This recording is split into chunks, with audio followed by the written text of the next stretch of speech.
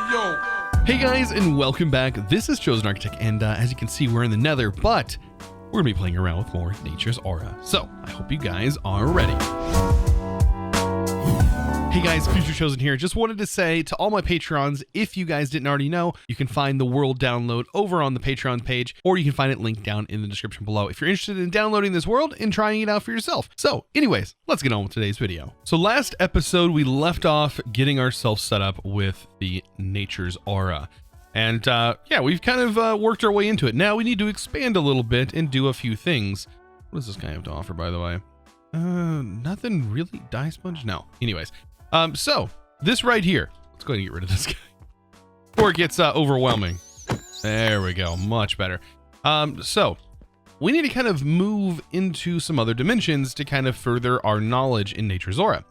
And we take a look at our guidebook. This is kind of the thing that actually unlocks everything as we move forward. And you hit L on your keyboard to access your advancements guide. This is going to take you through the progression that's going to unlock everything in your book. So I can see right here that we definitely need to grab these two different bottles of aura, one from each type of dimension before we can even get to this, because I've seen some recipes requiring this. Yo God, you want this? Oh God, which is hilarious. And I see there's some other stuff, of course, that is all linked through all of these different paths. And yeah, there's actually not too much we have here to go off of. But I definitely want to kill the Ender Dragon to see if another one of these flowers will spawn. I apparently shows that I have done it, which we have killed the Ender Dragon. So maybe there is already one there, but I still want to try and kill the Ender Dragon again anyways. To do that, I was needing glass, which I had auto crafting. I went ahead and set some auto crafting up. And we need crystals because, you know, respawning the Ender Dragon is very simple. All we need is a few end crystals, just 4 of them, and then we should be able to spawn this bad boy. Now I did go ahead and make some explosive arrows for my vibranium bow that we made a long time ago, and this thing has some enchants on it, even though it does not seem to be glowing. Believe me, it does have enchants, which is some really nice enchants. But I think we should be able to kill that dragon pretty quickly with just our standard sword here. I don't think it's going to take too many hits, and it's going to be kind of interesting to see how quickly we can actually kill this guy. So let's go ahead and head there. We need to head to the actual end portal and then make our way through the end portal into here. And I kind of want to, I guess these are the flowers. These are the flowers. Roses of Oblivion. So these are what spawn after killing the dragon. You know, I would have never noticed that had I not read the book, that these are actually kind of important. And they can help, kind of help spread aura into our particular areas. Wow, they're all over the place. So yeah, these are actually kind of nice. You can see that bar, I think, is like a mana bar. And you can see, oh, we have aura around us, by the way. I need to go ahead and grab 2 bottles of the air here. So that right there is the bottled darkness, and we also need to grab some from the end. But I definitely want to fight the dragon. So let's go ahead and get that done. Simply in all 4 corners, just like everything in vanilla Minecraft. Just bam, right there in all the corners. And dragon should spawn soon. All of these pillars should get repaired. That's the good thing, though. You can just take all this obsidian, and of course it'll always repair itself. I brought these explosive arrows specifically, though, for this. We can fly, which is super nice, but destroying these can be a pain sometimes. So hopefully these explosive arrows can just do the trick as soon as all of this gets done. Actually, we could probably kill the dragon without even destroying these, which, I mean, is a thing that we could potentially do. Let's see. Will this work? Oh, it does work. All right, that didn't go through. That one worked. That worked. Let's see if we can get some nice... Don't even really have to aim very much with these. Just kind of shoot near it. This will probably be the fastest dragon kill you've ever seen, to be honest. Yeah, I think we're already ready to fight him. Oh, wow. Nothing. Come on now. Come on now. Nothing. That's 1 hit. Woo. That's a big hit. Can we make it? Oh, just too late. I should have probably used my, like, God Fist thing on this guy. That makes me, like, crazy powerful. You know, I'm actually knocking the dragon back, which is kind of funny. Wait, can we knock him back so much and just glitch him out this way? Oh my gosh, we are going to glitch him out this way. We're not letting him over there. Our knockback is so powerful. Don't you love that? Don't you? I just stay here and the dragon will never be able to reach his goal because we are way more powerful than the dragon. Awesome. All right, I'll let you go. I'm sorry. I'll let you die. And there he goes. Well, that was interesting. Of course, we need to get all of the stuff that drops from this. Like all that precious experience, which barely even budges our experience bar. Which is interesting. Okay, so we got the stuff that we needed from this dimension. We got some of the flowers. We ended up getting some dragon scales. But we need to go to the Nether as well. Let's pop back through here. And yeah, don't mind. You don't see anything there. There's nothing to see. We just need to head slightly into the Nether. Let's go ahead and go to our place that we've been working on during the live stream, which is this area. Perfect. Perfect place to gather some air. And voila, spooky, scary skeletons. If you guys don't get that reference, I'm sorry. I'm sorry. So now that I've done that, we have some stuff that's sort of unlocked. And we have now the Crimson Altar, which is another altar that we can build. This one goes in the Nether, which is going to be perfect because we have just the perfect area for this altar to be built. And then we also have the Ender Crate. By the way, some of these utility things are actually really nice. Like I was looking at the hopper. For example, the hopper enhancement. This thing's really nice. This thing will basically, if you place it on top of a hopper, it will actually expand the range for which the single hopper can suck items in. So think of it as like a magnet, right, for the hopper. That's just one of the things that this can do. There's also another hopper in here. There's also the Bucket of Infinite Color. Basically, it uses mana that's stored up inside your aura cache. And this thing can dye anything that can be dyed inside the world. And it can dye those depending on what color you have it set to do. So pretty cool. And like it can dye like multiple blocks at once. So, and then we just unlock some of this new stuff. The picks and stuff, I believe, use aura. Of course, we found out what the other stuff does. I was trying to look at what is some other stuff. The Crumbling Catalyst is pretty cool. You basically replace one of the pillars. I think that's up here with this. And it allows you to do things like take bone and place the bone on here. And it will give you 6. And of course, sugarcane will give you 3. And it basically is a crusher for this. And this one is going to require the crimson. So stuff that you can do in the Crimson Altar. And yeah, so on and so forth. You can see right here, you can get actually more gold powder out of your leaf, which could be fairly useful. So I was definitely needing some more leaves. So yeah, this should definitely do the trick. At least I hope so. Because this was a massive tree. Just a lot of time just spent with this tree sort of changing everything. And I'm using my pick. I still don't know if like fortune affects this or not. Like I have no idea. But I still wanted to try and make sure. Oh boy, there's going to be so many on the ground. I just realized there's going to be like, we're just completely just destroying this whole tree. Oh no, these guys have...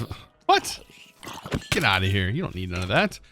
So yeah, I was looking through and there's a whole bunch of like different things we can do now that do involve like nature's aura. Like we can manipulate time.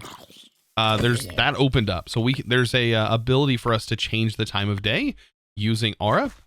And several other things that I had noticed. Like that was one that really stuck out to me because I was like, man, that's something that's definitely super useful, is to be able to change time. But yeah, that was only one small little thing that I had read. There's several other things that were in here that I was looking at. The lamp of Syncrity, I think that's how that's pronounced. This right here pushes mobs away or keeps mobs away. Will just make mobs just up and disappear, which I guess could be good if you're trying to protect your base. from monsters, but it will use, it is going to end up using some of the aura every time that takes place. So I don't know how quickly that would start to consume the aura, but there's a good chance it probably would start. And yeah, anyways, it probably would drain your aura quite quickly. At least I would think so. So let's go ahead and place down some of those roses of oblivion down. We also have to craft another nature's aura, or sorry, a natural altar. And that is something we're going to eventually need to do. So can I place this down, or does this only go on, actually, how is this used? Rose of Oblivion. Doesn't this help? Okay. Flowers bears a very large amount of aura and can be harvested by two ways.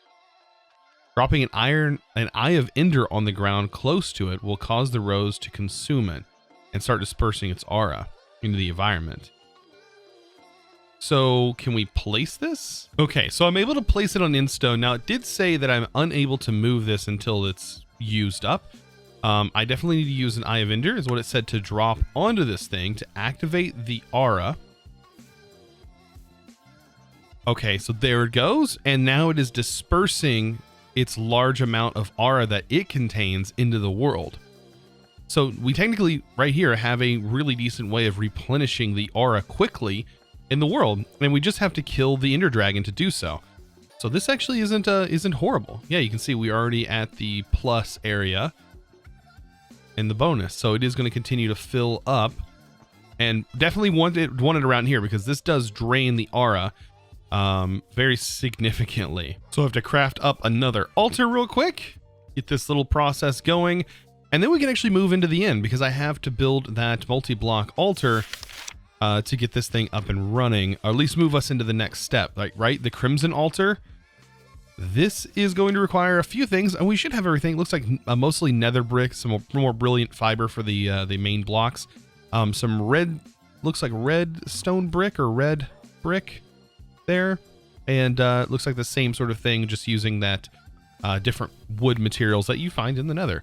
So I think this is going to fit perfectly in our little nether build. So I think I have everything ready to go. Of course, I'm hearing scary noises already. Let's go ahead and get this thing built. Of course, man, pigs are the worst. They, like normal pigs, great. Like my friend. Piglins, I cannot stand them. They get in the way every time you're built. Like the amount of times I've had to tell them to get out of here. And honestly, I mean, I guess if you one-shot kill them, they don't really like care too much. Like so long as you like one-shot kill them, like they don't really bother you. But man, like this, yeah, they don't bother you. But oh, he definitely wants the gold though. Wait, nope. All right, well, I started something now. I'm not wearing any gold, I guess. So let me see. I think I have this. Is this block in the way? There we go. So we almost have this built. It's kind of hard to see when it is dark like this. I mean, I could use a little bit of this. That helps a tiny bit. We basically have the 4 red nether bricks that go here. If you don't know how to make red nether bricks, they're actually pretty simple to make. But we also need more of the crimson. So crimson blocks. Of course, we should have tons of it, considering we're basically right there is a crimson forest. Crimson, there we go. Perfect.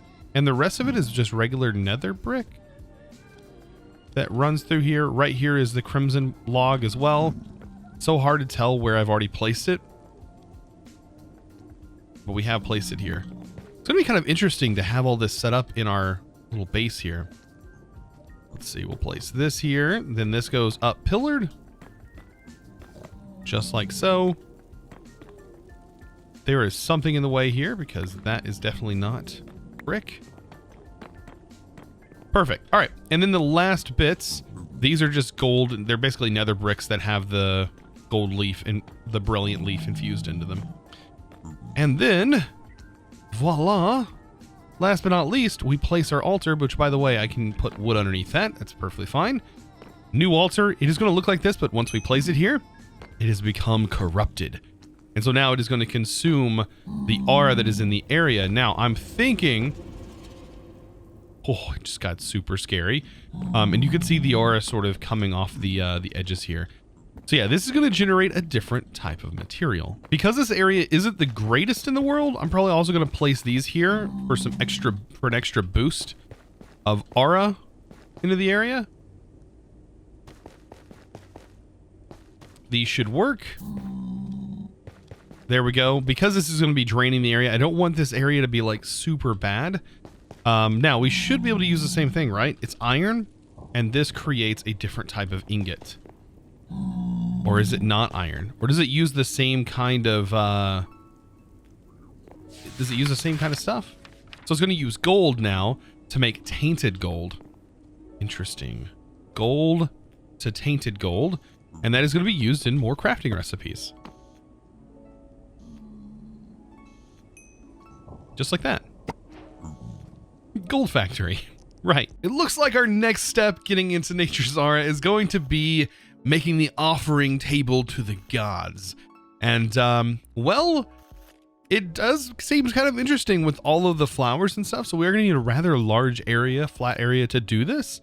But, I mean, it does seem like we can just place it all down. It does seem like it's still a 9x9, I think, around this. But making the altar itself, it does require a token of fear and a token of sorrow, any type of stone and any type of wood, and then an infused iron to make this table. Not too bad. We just need the token of fear and token of sorrow. I think that is just about it, right? Nature's Aura, and then we just kind of look up the token of fear and sorrow. So here's fear, here's sorrow. Pretty straightforward on that one, and then token of sorrow, pretty straightforward on that one. Requires any type of fish. And okay, so these aren't the cheapest thing in the world, like if you're just getting started, because gas tiers like in a world, but like some of this other stuff, not too bad. Like getting a gas tier, I mean, it should be pretty simple if you've already made it to the end and managed to kill the Ender Dragon anyways. So there we go. After making the offering, or after making the token of fear and sorrow, we now have ourselves the offering table. Now, we need lots of flowers. So yeah, it says, yo God, you want this? Yeah, that's exactly what is going to have to take place. Now, I think, I couldn't really tell. Let's open the book up real quick, and let's just kind of get an idea how big this actually is. So if we place this down, let's open this up, visualize this, place this here. Let's just take a look. So it is a 9x9, so this same area should still work. Like in regards to like the size of this thing, you can see the inner flowers here and the outer flowers there should all fit and work. So if you wanted to use this same area to do it, I guess you could, but I think I'm going to make a separate area in our main base specifically for this. So I don't know if you have to use, I think it says in the book you can use any flower, but I had so many poppies, so I decided to go ahead and just continue with poppies. We place this down and we now have the offering table complete. Now, this is where the crafts kind of get interesting. We have all of this stuff and offerings to the god. So any type of flower can be used. Of course, right there. Perfect. Now it says creating spirits of the calling. So we need to make these spirits of calling, which are going to require bottled ghosts, which we get in the nether. And then we also need this, which we get in the overworld. And then 2 bits of the nether. We got a crimson bit and an overworld bit. Of course, the tainted gold and the infused iron. And then that is going to be used here. It says, ask for the ingot of the sky, a powerful metal infused with divine energy. What I think this is showing, even though it's not necessarily showing, is I guess we right click the ingot into the pool, and then we hit it with the spirit of calling, and then we'll get this as a byproduct. That's what I'm thinking. And the best way to do this, to get, at least if we're going for ingots of the sky, is to use the tainted gold. That's going to result in a higher yield, which is nice. But this is also how we get the higher tiered tokens. So the higher tier tokens, those are going to be necessary for the higher level crafting stuff, or pretty much crafting just about any of the cool stuff. So after reading the book, I think I have everything I need for this. It says I can put any amount of item. I'm going to do 1 for right now. So I placed it in here, and then I toss this on the ground. Okay. And thus the item should rain down from the heavens. Okay, it did, but it got caught in the trees. So maybe we should remove some of the tree foliage from around here. But yeah, that did work. So we did get it. I didn't get to watch the really cool like animation of it like floating down, but that's okay. That's okay. We'll have more to do. So yeah, we end up getting Ingots of the Skies, and this is going to be used for Staff of Ancient Knowledge. Interesting. Ooh, we can actually probably make all of this. Like we could probably make this thing. Create the Staff of Ancient Knowledge. We just need to make it. Have we even discovered that yet? I feel like we have not even. Okay, staffs. There's the staffs. We just definitely unlocked a whole bunch more stuff. Holy moly. So out of everything that we can craft from this, like this is probably one of the coolest. The transmutation catalyst will allow us to make dragon's breath, like convert rotten flesh into leather, do all kinds of stuff. I was noticing like this is a really nice one, quartz into prismarine. Very nice. We can make spectral arrows, convert charcoal into actual coal, create popped chorus fruit into a chorus flower, which is useful. Just straight up skip any of the crafting and make this straight up a fermented spider eye by placing it in here, which is kind of cool. String can be converted into a lead. This right here says purifying a poisonous potato, even though this is still a lead. Probably just an accident. And then this one, really, really nice. Rabbit stew, bam, rabbit's foot. Like in this one's done in a crimson altar, but still, that's like really crazy to get a rabbit's foot. They're pretty rare and not so easy to get. So we can do this on the crimson altar, or we can do this in the natural altar, nature's altar, the natural altar. It's so confusing. So to make this catalyst, it's kind of interesting. It does require a single, like a jungle sapling to be placed in here, and that's what it needs. So we get ourselves a little bit taller of a tree, and this is going to give us that transmutation ability. And I guess we can just swap it between areas depending on what we want to do with it. But I did want to test it out and see what it does. Now, there's a lot of multi-blocks in this. It's kind of crazy. Like there's a lot of like structures and stuff you can build that does all kinds of stuff. I wish I could go over like everything, but I think what I'll end up doing is like going over a lot of stuff that I find really useful. And I've definitely got that planned for the live stream, like to kind of go over some of the stuff that's in here, take a look at some more stuff, and craft some really cool stuff and do some testing out of that. So if you haven't followed me over on Twitch, you can do that at twitch.tv/ChosenArchitect, where I do live stream. And yeah, and also if you can't watch the live streams and you want to catch the VODs on YouTube, you can find that on youtube.com/ChosenLive. That is my secondary channel where I do publish those videos. So be sure to check that out as well. So it says in the book to place this transmutation catalyst on one of the bottom ones like this, and then I can apparently place this in here, and this should get turned into leather. Yep, just like that. So that's really cool. There's also the other one that we noticed, that I noticed before, that is another type of catalyst that lets you do some other stuff, like turn this basically into a crusher. I guess that was one of the other things I'd seen. So of course, as always, I want to give a huge shout out to the sponsor of today's video, and that is going to be a huge thanks to Dean Straight. Thank you so much for your patronage over on Patreon. If you're interested, by the way, in becoming a patron yourself, of course, you can find that link down in the description below. Also, if you are a patron, be sure to nab that world download, as it will be live over on Patreon for you guys to download at the time of this video going live. So if you guys would do that, be sure to do that. If you guys build anything in the world, be sure to let me know on the Discord as well. You can of course find that link down in the description below, and be sure to follow me over on Twitch as well, as I do live stream, and I have been live streaming this pack pretty frequently. So we've been getting a lot of cool stuff done. So I hope to see you guys over there. Guys, if you did enjoy, of course, be sure to click that subscribe button if you haven't already, and also give this video a huge thumbs up. I really appreciate it. I'll see you in the next episode. And as always, thanks for watching.